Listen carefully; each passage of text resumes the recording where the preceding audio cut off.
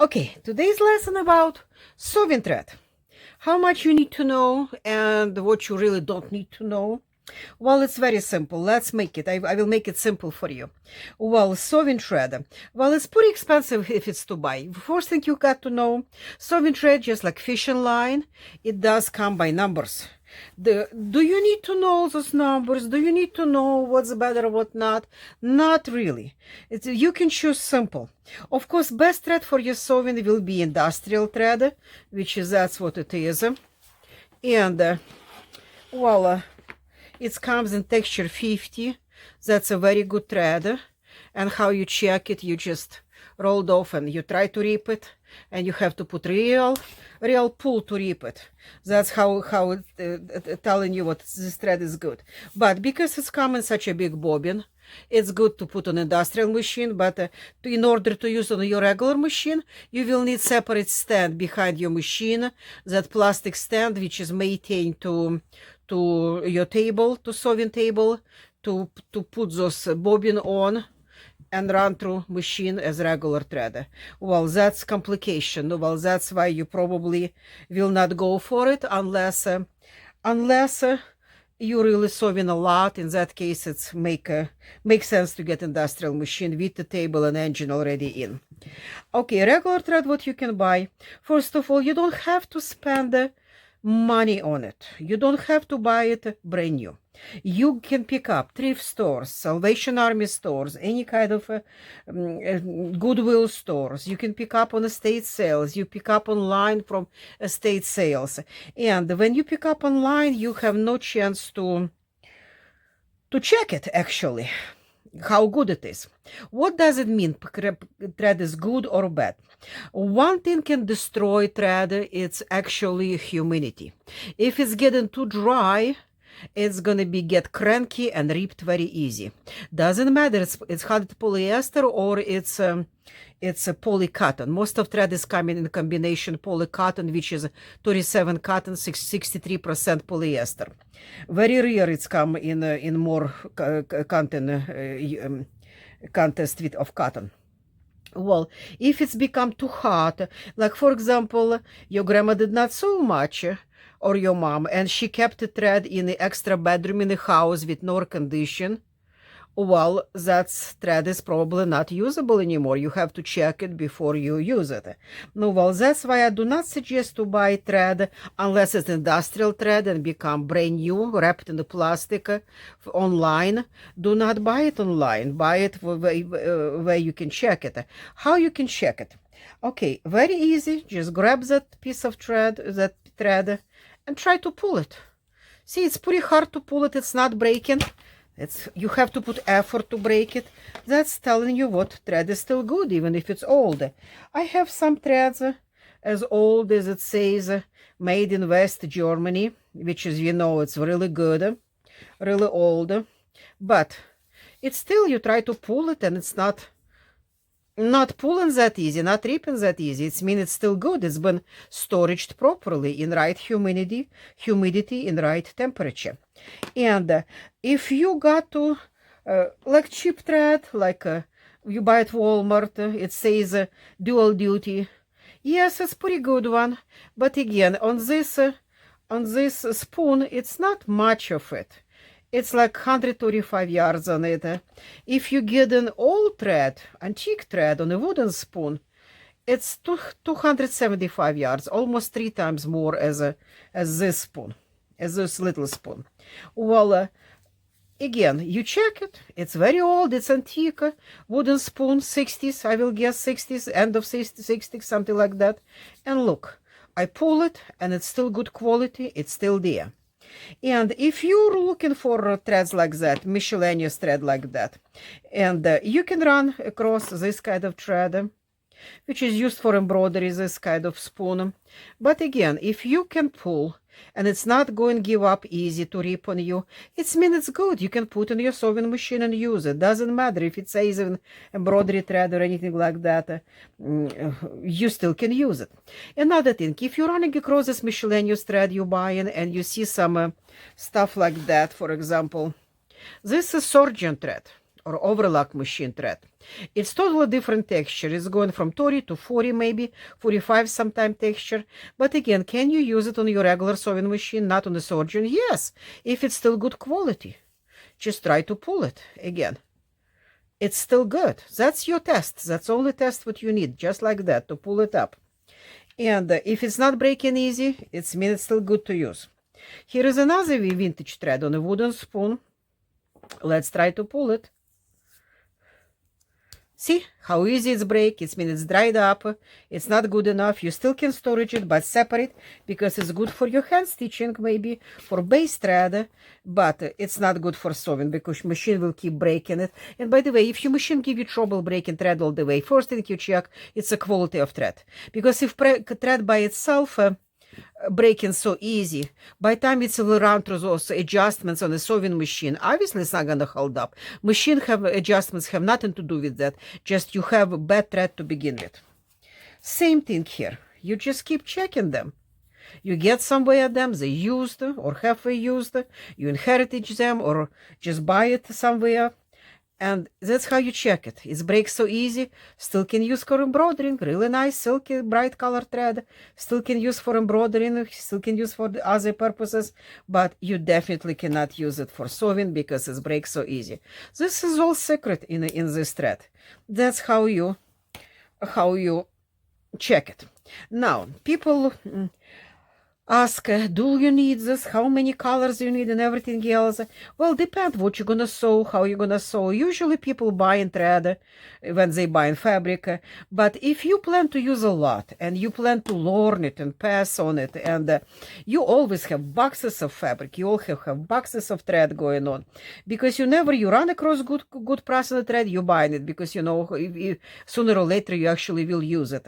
Or you run across garage sale and another grandma who so die, and people who left after her, they have no idea how to sew. They've been spoiled by her. She's the one who did all job in the family. No, well, it means they just getting rid of it for nothing. I do suggest you just check this way like I showed you, and if it's still good thread, get it. If you get it for 5 cents or 10 cents per bobbin, it's better as you pay for in the store for it.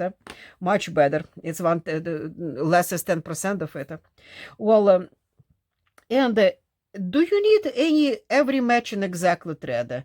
Yes, if you want to keep that alteration, what you're doing or sewing looking good, you do need matching thread. I always suggest for your projects use just a 1 shade lighter thread. Better to use 1 shade or 2 shades lighter thread as darker one. It's always look better and much more invisible on your stitching, make it much less invisible. Now, if you shorten jeans and you don't have your jean thread, what to do? Do you need to waste money to buy that special jean thread in the store? No, you don't. What you do, I will show to you. You combine thread. Like, for example, your jean shortened by thread, which is look like something in between, like for example something between grayish and yellowish.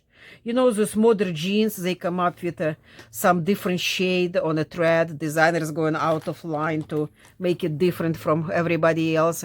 And it's hard to match, even if you go in a store and you buy, you with good attention and money in the pocket to buy that jean thread, you still cannot match it. Because what most of them sell is just standard live ice, orange yellowish thread, or a little bit darker, like copper darker.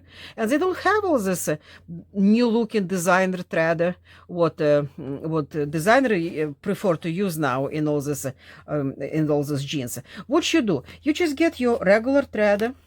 You make bobbin, because when you shorten jeans, which is in separate video, I'm showing to you that how to shorten jeans on the regular machine, not on industrial one. Anybody can do it on industrial one, just on the regular machine. I will show to you how to do shorten your thick seams, going through drive to thick seam on the jeans. And what's gonna show from the front of the jeans? That thread which is going on a bobbin from under. Okay, it's mean here on machine going down, you can put practically any thread or something like thread, but under, that's what will be shown, that's what will be matter. And how you can match that thread? You can get, for example, it's something like yellow greenish, something like that, in between, not yellow exactly, not greenish. And what you do, you put on a bobbin one thread coming from gray spoon, another thread coming from yellowish spoon, and you blend them together in one. How you can do it? You can do it practically by hands. You have one spoon on the top of machine, another spoon here, and you combine them together in one thread, and you roll by hands on your bobbin just like that when thread all together. And when machine will go, I will show to you how it's gonna look. This kind of bobbin, or when you're doing stitching, and it's gonna look perfect. You can match it perfect. You can blend. Sometimes those crazy looking, not a purple, not a blue. No, this is actually already not doubled. Let me show to you this one. Some jeans coming with this kind of color, which is not really bright yellow, almost bright green, almost lime green, but a little bit yellowish to it. Well, that's what you do. You blend your bright lime thread with yellowish one, something like that, like beige yellowish, blend together, and by the time what you're stitching, gonna go like that. I use this trick when I had tailor shop for 20 plus years. I use this trick for most picky customers, those ones which is come to me and ask me, is it going to be, when you shorten my jeans, is it going to be the same color of thread on it? Well, obviously it's not going to be the same, because I'm not that brand what they buying and paying $200-$250 sometime for that really expensive brand jeans. But of course I can come up with something perfect match by doing these blends. Sometimes I need to blend even 3 colors in to get to the desired color. Yes, I will do it because it's good in machine. And when my needle going down and pick up this thread from machine, it's pick up all 3 of them together. And it's exactly what it's nice thickness and nice blend going on that stitching on the jeans, and it's look perfect. That's one of those little secrets how to match it. Now, how to storage it. After you got good thread, you try to rip it, you make sure what it's not ripping, it means it's good quality. And if it's still breaking in your machine, it's all about adjustments. That's a totally another video, and I will show to you about that.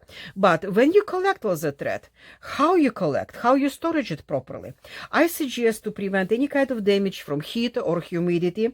Well, from heat, of course, try to storage in some kind of a place which is will be not too hot. Cold, I don't think cold can beat it up, but not too hot.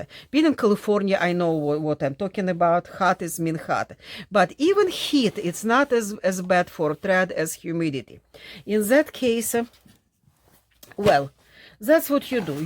You organize your thread. See, like I'm doing a lot of sewing I used to do because of my tailor shop, and I used to have all kind of these threads on the wall because it was situation fast, it need to be done fast, grab and go, and special pin doll like for tools board with all kind of thread organized, patch greens together, beiges together, jeans, all shades for jeans together, all blues together, reds together. It's just a rainbow wall. It was whole wall of it. But now I retired from it. I don't need it. No, voila. What I do, I put this little bobbin thread, what I use on my regular machines. It's not a bobbin, it's a cone thread. Or I know it, cone or bobbin, whatever it is. I believe it's a bobbin. Well, anyway, you put it in one box, and I mark all greens on this box, okay? You cover it, it's a shoe size box, all sizes of greens. Doesn't matter what size, but all greens here. I have one box, all greens, all pinks and lavenders, all purples and reds, all browns, all, whenever I want to separate. I want to put it in different boxes and keep it separate without any kind of mixing up. In this case, it's so easy for me if I'm working on a project which is I'm looking for green thread. I'm just go ahead and grab it, my greenish boxes. If it's big industrial thread, see, I have again plastic boxes with lids, and I keep them like olives and browns all here, and well, olive greens and olives. And notice how I storage them. If this one go in one cone, This is a contract, one going down because angle of it is going down, another one going up to save room in this box. That's how they placed. And it's, again, I'm looking for certain shade. It's easy for me. I just took the storage boxes one on top of another on a shelf with sign what is in it on the box. And I just take I'm looking for sign, I'm pulling out box already, knowing what's in it, practically what I'm looking for. Just look and pick up my right shade, what I want. That's how you storage it. That's how you prevent the thread from being in the plastic, prevent thread from drying up. Okay, and well, that's pretty much what you need to know about thread. Simple and easy. Now, when you storage those, because once you make that bobbins, what I showed to you, they need to be stored somewhere. Well, depends how many of them you will have. This little storage like that, little containers. Again, secondhand stores, online, you can buy them very cheap. This is a good way of storing it, because even thread which is on a bobbin already, it will be prevented from drying up because it's in the plastic. That's a good way of doing it. Because I'm doing a lot of sewing, well, just for myself, family and friends, I have it here. Organizing like that. This is like best way of storing it, because here I can put it's coming off. Let me figure out which way it's coming. Anyway, it's coming. It's separate pieces like that. And in these containers, I have bobbins go to different machines. This is my extra bobbin for one machine. Bobbin going to another machine, domestic machine. My bobbins going to industrial machine. Another container like that. And extra one can go here. Your trying stuff can go here. Any kind of materials or extra tools you can put here, anything extra you can slide in. Well, it's very handy because it can stay on a shelf somewhere by your sewing machine, and you need to grab it. You don't need to take it off to just open up what you need, what you're looking for. You got to your bobbins, you got all that. That's a way of storage in that. That's practically everything you need to know about thread when you start in sewing. And don't get too complicated. Don't have to be too complicated. Just make sure it's workable for you, and spend as less money as possible, because fabrics, that's where most of money going to. It's fabrics.